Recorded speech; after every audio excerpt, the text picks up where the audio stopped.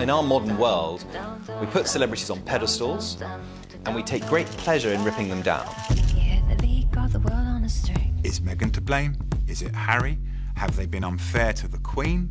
It looks spoiled. It looks hypocritical. The goldfish bowl of royal life is not for everybody, and it clearly wasn't for Meghan Markle. She felt stifled in the royal family, and she was determined that she was going to do it her way, and my goodness, she has done. Harry and Meghan will make an insane amount of money. Together, they are the most potent royal couple in the world. People welcomed her in. She was a star. It was the Markle sparkle. And all the stuff with her family, her father. I'm really disappointed I haven't seen my grandson. They want to say it's the media's fault. They want to say that it's Harry's fractured relationship with his brother. Then it became the diva duchess. Why is she a diva? Why? Was she pulling Harry out? Did she force his hand? Pick your villains, pick your heroes. They're all there. Do you think they walked away, or were they pushed away? Maybe they just looked around at the rest of the royal family and just thought, that's not what we want. This hasn't led to a happy ending. Tonight, an ABC News special, Royal Divide, Harry, Meghan, and the Crown, with Deborah Roberts. The royal family continue to deliver new storylines that we've not experienced before. Once Meghan and I were married, we were excited, we were hopeful, and we were here to serve. For those reasons, it brings me great sadness that it has come to this. This is a great, great story. The decision that I have made for my wife and I to step back is not one I made lightly. There was so many months of talks after so many years of challenges. Hang on, Harry. Where are you going? You're great. They're all family without you. No, don't do it. Harry has abdicated from his royal role. It was everywhere and it went around the world in an instant. Príncipe Harry y Meghan. I mean, this is like something straight out of The Crown. You reap what you sow, sister. A family fighting, two brothers butting heads. Maybe the in-law women don't get along with each other. Their grandmother's getting frustrated. Dad doesn't know what to do. Hello? That goes on in every house. That's what makes this so good. We have chosen to make a transition this year in starting to carve out a progressive new role within this institution. The palace were in utter panic mode. You take Prince Harry out of the royal family, you're taking the jewel out of the crown of the royal family. This was a complete shocker. What is the mood there in London right now? I thought, oh my God, they've quit? We now plan to balance our time between the United Kingdom and North America. And I know I haven't always gotten it right, but as far as this goes, there really was no other option. It was kind of dropping a nuclear bomb in the middle of the Queen's lap. And then all of a sudden, it was like, whoa, nobody in the royal family knows? This is like dysfunctional beyond belief. Some of the people that were there cheering them on the day of the wedding feel like this was a step too far. They put it out on Instagram, having just returned from a 6-week break in Canada. A couple that we knew weren't happy. Realising, having a glimpse of what life could be like outside of the bubble in London, and saying, you know what, we're going to do this. This is what we want to do. They've come across as rather precious, spoilt millennials, throwing the toys out of the pram because it's not exactly what she wanted or they wanted as a couple. Harry and Meghan, in the eyes of the public, said, oh, actually, we just want the good parts. And we don't want to do all of this sort of boring pomp and pageantry. The public doesn't want them on yachts in the south of France with Elton John, because that's not what it means to be royal here. She probably has this sort of fairy tale view that we have, only to find that once she becomes involved with Harry, it's not a fairy tale. They started to get a lot of criticism about the way they were living their lives. Were they just being naive? It's not all palaces and fast cars and lots of money. It's the gilded cage. In the end, it's not about you, it's about anything you can do to support the Queen, who's the head of state. For Prince Harry to make the decision to say, I'm stepping back, I don't want to be a royal, that is an enormous slap in the face for the royal family as an institution itself.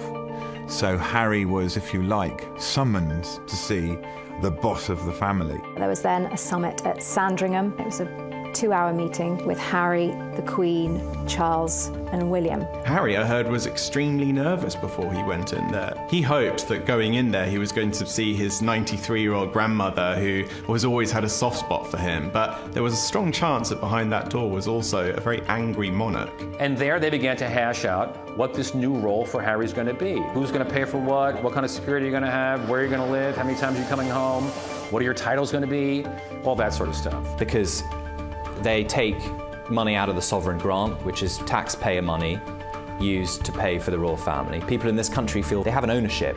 So there's this sense that they should not be freeloading royals. And then came this sort of unprecedented statement from the Queen. Although we would have preferred them to remain full-time working members of the royal family, we respect and understand their wish to live a more independent life as a family, while remaining a valued part of my family. She repeated this word family 8 times in her statement. So the tone was more grandmotherly than sovereign. We support you, Harry. We're disappointed, but we want what's best for you.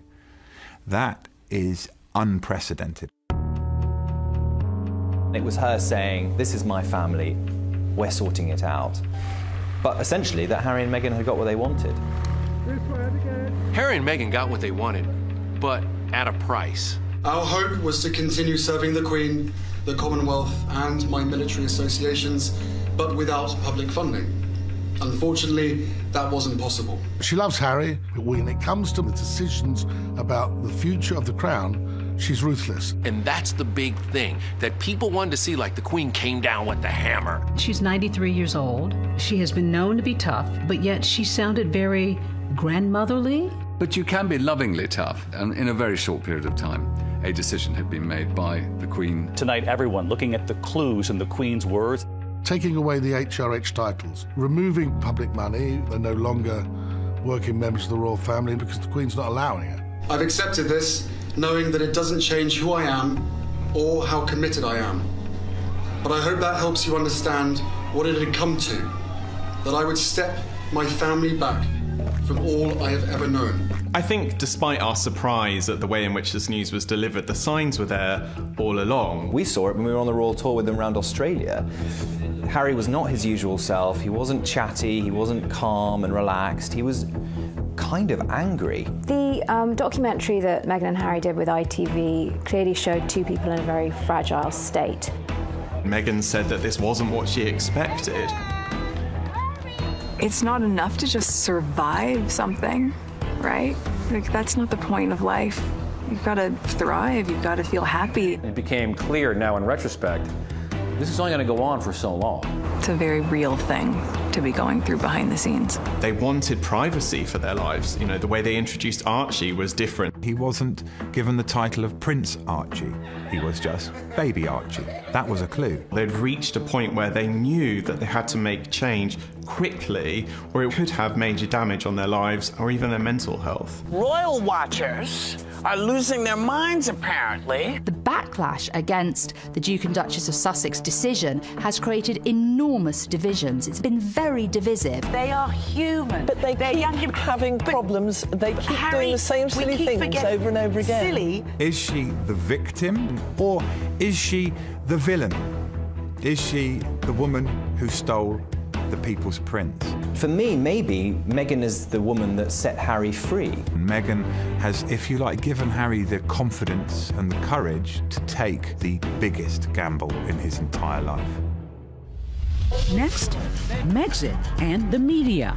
The press in this country have made Meghan's life a living hell. Meghan is being blamed.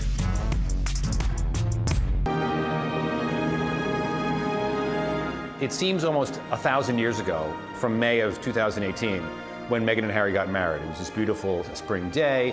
And their idyllic wedding was just typical of the British sort of adoration for them. It was so magical. And I'm a dude, and I was still caught up, swept deep in what happened that day. They seemed incredibly in love, and maybe more importantly, the public seemed very much in love with them. When 2 billion people watched them get married on television, people welcomed her in. She was a star. It was the Markle sparkle. But almost immediately after the doors closed on the church, the relationship between Meghan and particularly the British press began to sour. I just think she's a slight social climber, I'm afraid. Meghan spent more than £1 million just on her clothes. Meghan Markle just can't seem to hold on to employees. And they started talking about her being demanding, spending too much money, not caring about her royal duties, bossing Harry around. And over time, Harry and Meghan became very sensitive to these stories. We now live in an era where one negative story can become thousands of negative stories within minutes. There's the expensive wedding, there's the American expensive baby shower, and there is the renovation of a place called Frogmore Cottage. The royals are not celebrities, they're public servants. They're paid for by the British taxpayer. But then they took $3 million of public money to renovate Frogmore. That was controversial. What was even worse was then when they started to be preaching about doing our bit to save the planet. It's a race against time, and one in which we are losing. There was Harry on one hand who was talking about climate change. No one can deny science.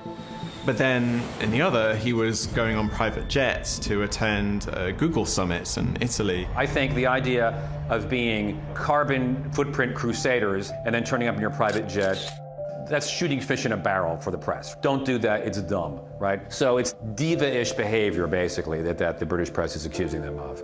And then when Archie was born, it was very strange that there was this kind of secrecy around the birth. People are scratching their heads going, why are you being so cloak and dagger? The Princess of Hugs is now saying, step away from me, like this is private, this is only about me. Funny that, because her wedding wasn't only about her.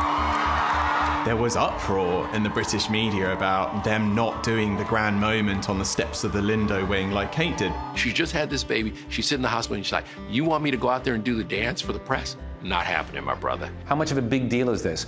Ordinary people share the photos of their kids too. Why won't you do that, right? We covered your wedding, now show us the baby.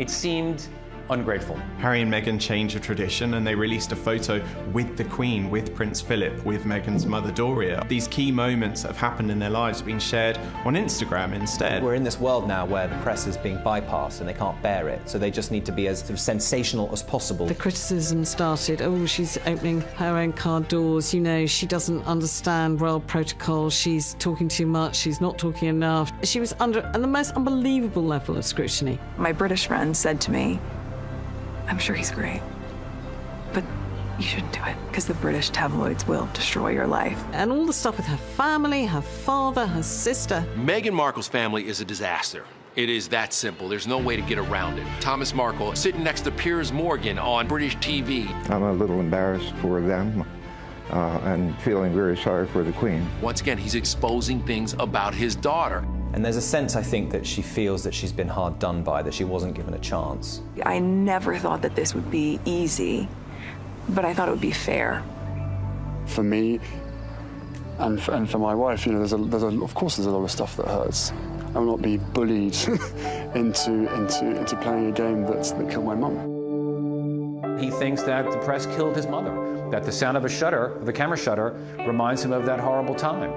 You know, you really can't blame him for feeling that way. However, at the same time, those cliques are journalists who have been invited, and it's a very different thing to the photographers who were physically pursuing his mother throughout her life. I think he's terrified for Meghan. And there was an element right at the bottom of this, when you boil it all down, of a loving husband trying to protect his wife. I spoke to Harry a few days ago. He has suffered a lot from all of the things that have happened to him. He suffers a lot from people judging him. There is validity to the idea that the press have hounded Harry and Meghan. Diana was literally chased into a tunnel and died. I don't think they've been any worse than they were during the Diana years. Princess Diana was actually physically hounded by the paparazzi. They had cameras in her face, they were chasing her down the street. Nothing like that has happened to Harry and Meghan. When you continue and constantly see and hear negativity, it can be overwhelming. You can feel powerless and lost. You can feel different, confused, or like you don't belong. There's been a big conversation about the coverage that Meghan gets versus what Kate gets. But Kate, in her day... Happy birthday, Kate. She was hounded. She was the most photographed woman in the world for quite a number of years. When she was just a girlfriend, the tabloids were relentless. But the difference is with Kate is that when she got married, suddenly she could do no wrong and the papers backed off. With Harry and Meghan, she's still painted out as the villain. She is still Duchess Difficult. And that's a narrative that the tabloids absolutely adore. We've got perfect Kate, trashy Meghan. The list of complaints against Meghan is astounding. She made avocado toast for a friend who was visiting, and he put it on Instagram, and then suddenly the headlines were about how she is contributing to climate change and unfair labor practices, and she's choosing end of the world. Yeah. But when Prince William bought Kate an avocado for her morning sickness, oh, that's wonderful. What a wonderful, loving husband. And once again, you see the difference in the way the press treated those two women. You only need to look at some of the coverage that has called Kate a fashion icon for wearing a strapless dress, but then called Meghan vulgar just a few weeks earlier. Vulgar! Her fashion choices raised many eyebrows. It's a disgrace. And it's these sort of discrepancies that have made it quite difficult to understand what it is that the British press have had in for Meghan. So, yeah, I can understand why he's blaming the media, because the media are to blame. Do you think race played a big part here? We saw it in the British press.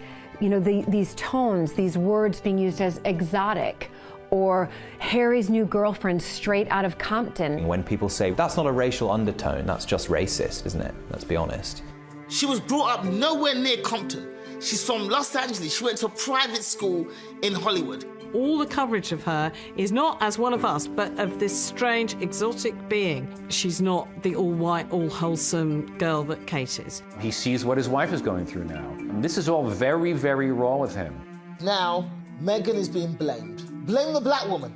She's separated Harry from his family. The reason that they didn't want any press pictures of Archie after he was born, because they knew perfectly well that all the press wanted to know was, what colour was he? A BBC host had the guts and boldness to tweet a picture comparing Archie to a chimpanzee.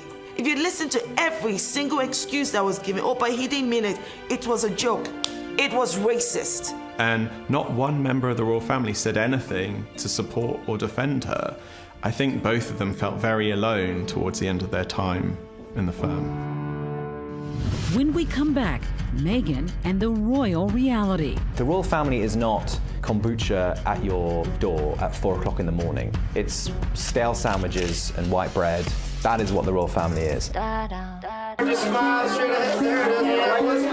How do you take a self-made woman in her 30s who personified the American dream before she even met Prince Harry, put her into the situation of the royal family, and expect her to be able to breathe? The flip-flop culture is part of just who I am. Hippy-dippy kind of woke avocado toast eating, you know, Pilates and yoga, smoothie. I love my cutoffs and flip-flops and being as relaxed as can be. We kind of think that's weird, all of that, you know? She was a divorcee with 1 million followers on Instagram, an actress, didn't tick a single box of princess-in-waiting material. She wasn't just this clone come to marry Prince Charming. If anybody knows about marrying into an aristocracy, as an American, you do. Are there rules? Is there a rule book when you start to enter this world of nobility? And America, we love the royal family and we love the aristocracy, so of course we must know how it's done. Table manners, like 6 forks, 6 knives, 3 spoons, 4 glasses, and that's what Meghan has had to go into. But do you have that sense of responsibility, Prince Harry, for what you're asking Meghan to do? That sense of responsibility was essentially from day one. But, you know, I still had to have some pretty, you know, frank conversations with her to say, look, you know, what you're letting yourself in for is, it's a big deal. On the day she said I do, she also took on a job at the same time, a job that she had absolutely no say in how she gets to do. The whole reason that the House of Windsor has survived is that it's essential that the spotlight is on the monarch and the heir apparent, and any other member of the royal family who tries to take too much oxygen away from the Queen or the heir has found themselves getting into difficulties. I would argue that it looks like it's a very hard place for a modern woman. Being a part of this family and the platform that comes with that is an incredible responsibility that I take really seriously. I think the way Meghan tried to work in the palace didn't fit in with how other members of the royal family worked. I know aides who have one meeting a month with their principals. Harry and Meghan were popping in and out of the office almost every day for briefings and updates. I think they felt that she'd come in and, kind of be a sleepy little royal. But Meghan was like, no, I need to know the people, the places, I'm gonna talk to people, I need to know nationalities, I need to know languages. There have been reports that she comes to meetings with tons of questions and binders, that she does the work ahead of time. She's aggressively emailing her staff at 6 in the morning. She couldn't do anything right. Now, if every American got in trouble because they sent emails too early in the morning, I'm like, isn't that what you're supposed to do? Women don't need to find a voice. They have a voice. They need to feel empowered to use it. And people need to be encouraged to listen. Suddenly, Meghan's charm, that was her hard work and her perseverance, was being turned into a problem for the royal family. I cannot believe it's 2020 and we're still faulting women for being ambitious. To be relatively boring is to be a very good fulfiller of the royal role. Honestly, you want to leave your glam and your drama to the politicians.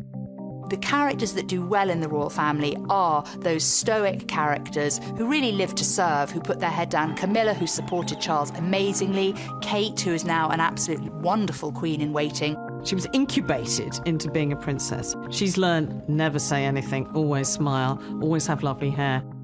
You're done. Now, I think we, as a country, have to think, well, is that what we really want from our royal women? We want them to be Stepford wives? Really? There's a motto, never complain, never explain. And the royal family don't like it when anybody rocks the boat. That was always Diana's problem. It was isolating, but it was also a situation where you couldn't indulge in feeling sorry for yourself. You had to either sink or swim, and you had to learn that very fast. And what did you do? I swam. When the BBC Panorama interview aired, that was a seismic moment for the monarchy. You could not believe that here was one of the most prominent members of the royal family spilling the most intimate details of her life on national television. But you really believe that it was out of jealousy that they wanted to undermine you? I think it was out of fear, because here was a strong woman doing her bit. Interesting, driven, passionate people like Diana, like Meghan, they find those constraints very, very hard. You're not allowed an opinion. And in this day and age of Twitter where everyone has an opinion, it's very hard to just say, oh, you know what, I'll bite my tongue on every single little thing. And of course it's terrifying, the thought for the royal family that this may repeat itself if the Duchess of Sussex decides to give an interview, probably to the American press. I hope to God Meghan breaks her silence and does a Diana-style interview. I hope she does. She deserves it. Why not? She needs to be able to clap back at all those haters. But Meghan gave us a glimpse into how she's feeling anyway when she spoke to ITV. That now famous phrase that she said to Tom Bradby, where she said, "Thank you for asking me how I am." And also thank you for asking, because not many people have asked if I'm okay. But it's a very real thing to be going through behind the scenes. And the answer is, would it be fair to say not really? Okay. What did you hear when you heard that statement? What I thought of that was she's a shell of herself. She's not that full of life, optimistic American that we first saw on that sofa when they were engaged. And I think she thought, well, why should I have to do all of this in the public eye if no one's going to listen to me and none of the really good ideas I have are going to be heard? I think we feel that she had this immense privilege and she's almost sort of thrown it back in our faces because it wasn't exactly what she wanted or expected it to be. They've brought diversity into the royal family. They've brought an American into the royal family, a divorcee. They've shown that they can be modern and inclusive. And yet within 2 years, Meghan can't hack it. There was going to be this clash between a family wanting to bend her into place and her wanting to change them. So, yes, maybe Meghan hasn't succeeded in totally revolutionising the royal family, but they haven't succeeded in bending her into place. Next, Harry, a reluctant prince. And during that period of frustration, did you ever wish that you weren't a prince? I wish that quite a lot, actually. You can take the prince out of Harry, but you can't take the Harry out of Harry. I want you to hear the truth from me, as much as I can share, not as a prince or a duke, but as Harry, the same person that many of you have watched grow up over the last 35 years, but now with a clearer perspective. Now, life is going to be very different for him. Yes, the abdication of royal rank is a huge step for a prince. And he has followed his heart, God knows. He's followed his instincts. My goodness me, it's going to be a challenge making this work. But that is Prince Harry. He doesn't want to be a royal. He's being a father. This is a guy who is trying to protect his cub and his lioness from whatever it takes. He has become an incredible man, the man that his mother would be proud of. I think it's really important to remember that the British public have kind of adored Harry, and he is like the nation's favourite son. We felt so devastated for him when we saw him as a young boy walking behind his mother's coffin. Somebody losing their mother and then it being, projected to the millions on TV screens. It gives me chills thinking about it. He said, I kept thinking, this is my mother. Why are you crying? You couldn't have loved her like I loved her. The country essentially adopted Harry and William as their own. The fascination now, especially with this generation, is we care about her sons and we want to make sure that they're happy. What we saw after Diana's death is that the bond between William and Harry surpassed any brotherly bond. I think for a long time, William and Harry maybe felt like a team outside of the royal family, children of Diana, somehow, different to everybody else. But you simply cannot underestimate how close Harry and William became. Harry obviously has been born and bred with a sense of duty. At the same time, before he even met Meghan, he was talking about the possibility of not being a prince. This is my bed. I don't really make it when I'm down here, which is a joy. That's it, made. He was in the army for many years. He did 2 tours in Afghanistan. I signed up because I wanted to be one of the lads. This sort of normality for me to be amongst these guys was so important. He talked about going into the army and how that gave him a certain amount of anonymity in some ways, that he was just Harry. And then, while he was out on operations in Afghanistan, somebody says where he is and he's brought home. I think that really hurt him. We saw Harry, for a number of years after leaving the army, almost taking the role of official royal gooseberry. Like the third wheel with Meghan and Will. It would be Harry popping up in the background at all sorts of events. Enter Meghan. Enter Meghan. She's already experienced a life that he wants a slice of. The British are very kind of reticent to do anything drastic, and he kind of needed this American to come and say, no, take what you want in life, be the person you want to be in life.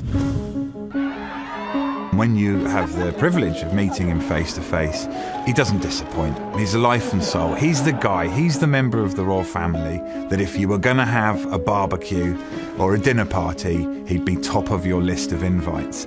In spite of the place that he was giving and all of the benefits and comfort that life has given him, he's one of the most committed and hardworking people that I know. Centre Ballet is a charity that is very special to Harry. It was set up in memory of Princess Diana. I was named the first ambassador for the charity, helping kids with HIV.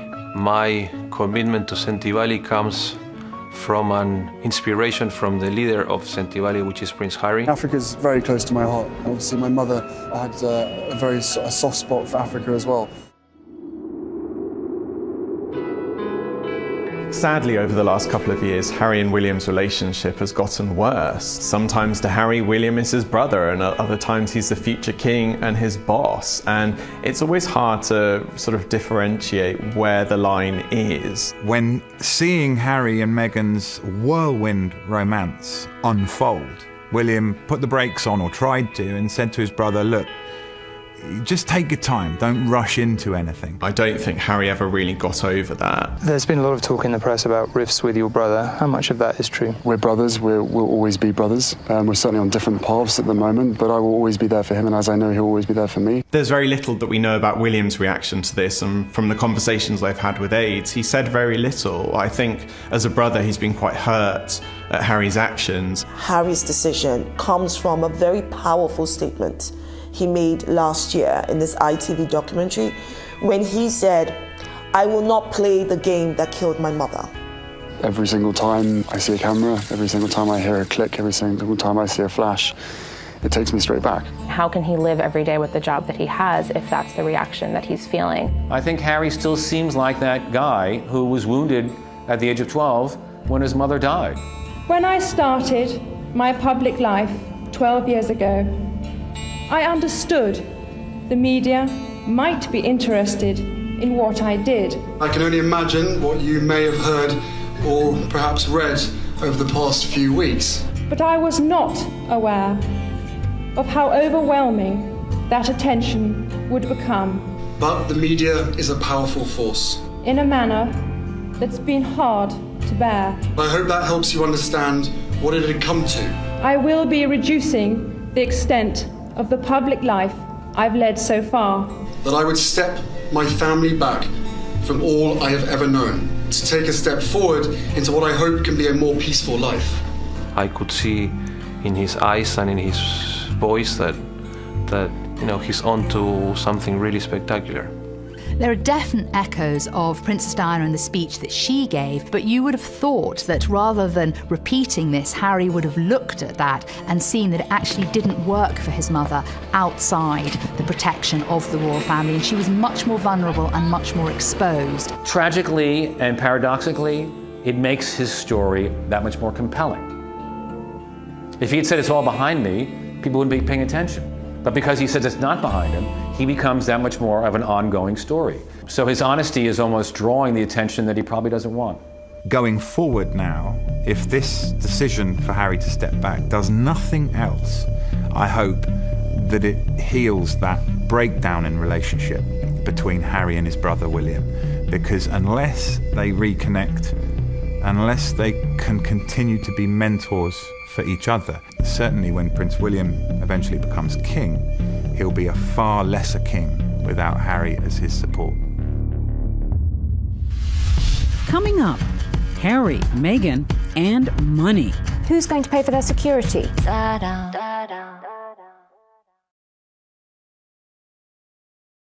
The decision that I have made for my wife and I to step back is not one I made lightly. The breakaway royals Meghan and Harry. Meghan has left the UK and now returned to Canada. We are taking a leap of faith, so thank you for giving me the courage to take this next step. Do you think they walked away or were they pushed away? I think they walked away. I think they had enough. This is the start of a whole new adventure for the Sussexes, for Harry and Meghan, and their ability to choose to give Archie exactly what kind of life they want for him.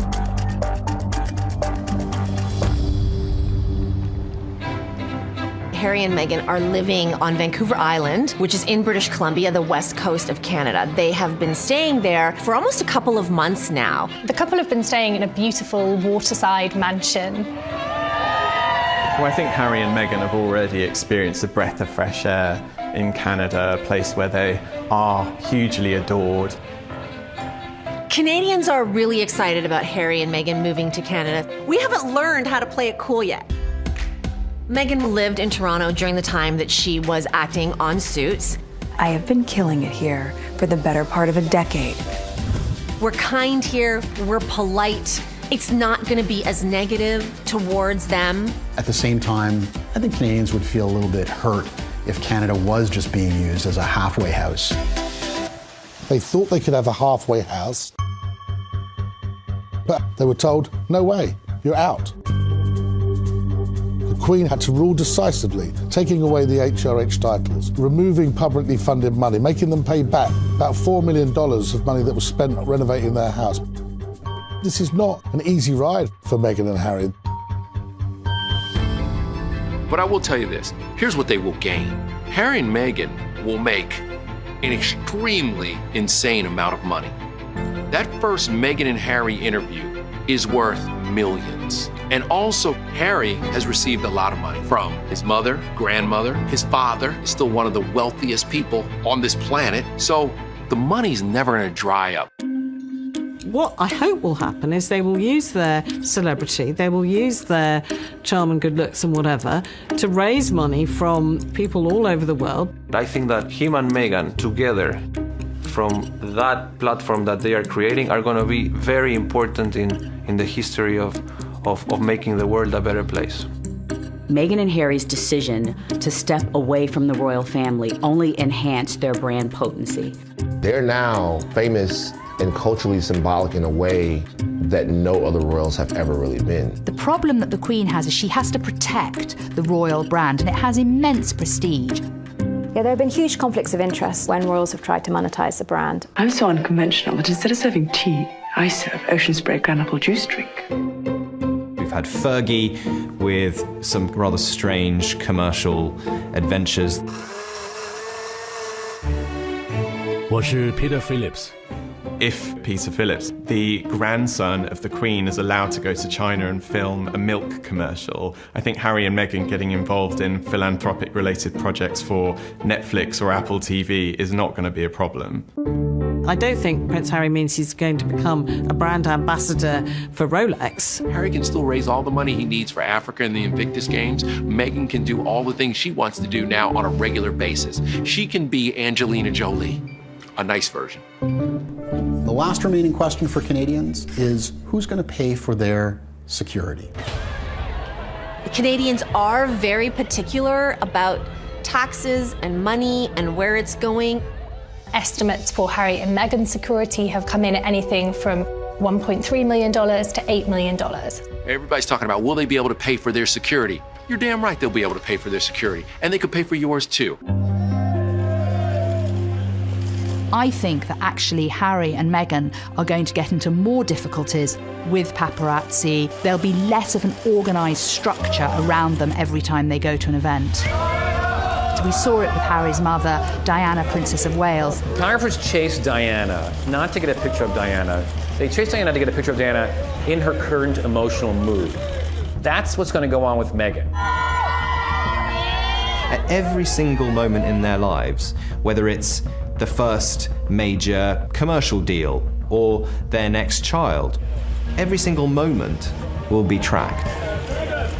The idea that by somehow stepping back from the royal family, they're going to somehow regain control of their privacy is tragically a fool's errand. That's just not going to happen. In fact, it's going to get worse. UK photographers have traveled and camped out in Vancouver Island for weeks now, so they still will be photographed in Canada. He wants to live a normal life, as normal as his life is going to be, right? Because when you have 1,000 paparazzis outside your house in Canada waiting to get one picture of your son, that's not very, very normal. Next, a monarch and her grandson. Would the British public welcome them back? I think the British public will always welcome Harry back. At the end of the day, there are lots of reasons that people care about this story, but one of the main reasons is because they're worried about the Queen. Long live the Queen. We love the Queen. Your Majesty, you look beautiful. This is a human story. The Queen is 93 years old. Her husband, Prince Philip, is 99 this year. He's not been at all well recently. She's had to cope with that. She's had to cope with Brexit. She's had to cope with Prince Andrew and all those dramas at the end of last year. But don't forget, this is a woman with a lot of experience, and I don't think people should worry too much. She has been through a lot. Seeing 3 of her children go through divorce, seeing her 2 grandsons lose their mother, this on a scale of tragic events in the royal family is very low down. Who won in this issue? Harry and Meghan or the Queen? I think everyone won. And the reason they all won is that you don't walk away from any negotiation with everything that you want. The Queen looks like she dropped the hammer on them. Harry and Meghan have gotten out of a system they don't want to live in anymore. They've gotten everything they want. It's very sweet. Nice to meet you. To now have spokespeople living in another Commonwealth country, Canada, where the Queen is also the Queen, it's actually a win for the royal family. Are they still considered royals at this point? Harry was born into the royal family, and in a sense, that blood tie will continue ad infinitum. But his royal rank, which is his princely appointment, has been put into suspended animation. Going forward, they don't have that kind of ethereal, everlasting, eternal magic that the royal family gives you. The Queen seemed to intimate that in about a year's time, we will see how this is all going. Is this kind of a trial separation, as it were? Well, I think there's a view that they will come back to look at how it's working in a year's time. I think we'll look back in 6 months' time and realise that not much has actually changed. They're obviously trying to do the best for their marriage, their best for Archie, for their son. But Harry does love his family. The important thing to remember is that the Queen is a grandmother and she has so much love for her grandson and he adores her, and that bond will stay.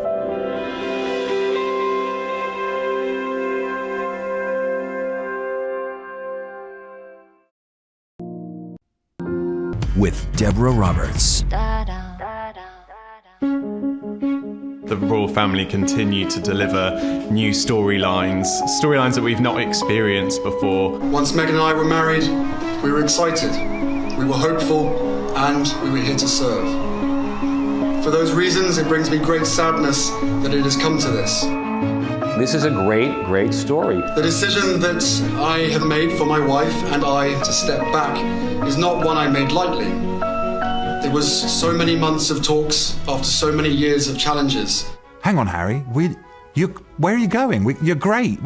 They're all family without you. No, don't do it. Harry has abdicated from his royal role. It was everywhere and it went around the world in an instant. Príncipe Harry y Meghan. I mean, this is like something straight out of The Crown. You reap what you sow, sister. A family fighting, two brothers butting heads. Maybe the in-law women don't get along with each other. Their grandmother's getting frustrated. Dad doesn't know what to do. Hello? That goes on in every house. That's what makes this so good. We have chosen to make a transition this year in starting to carve out a progressive new role within this institution. The palace were in utter panic mode. You take Prince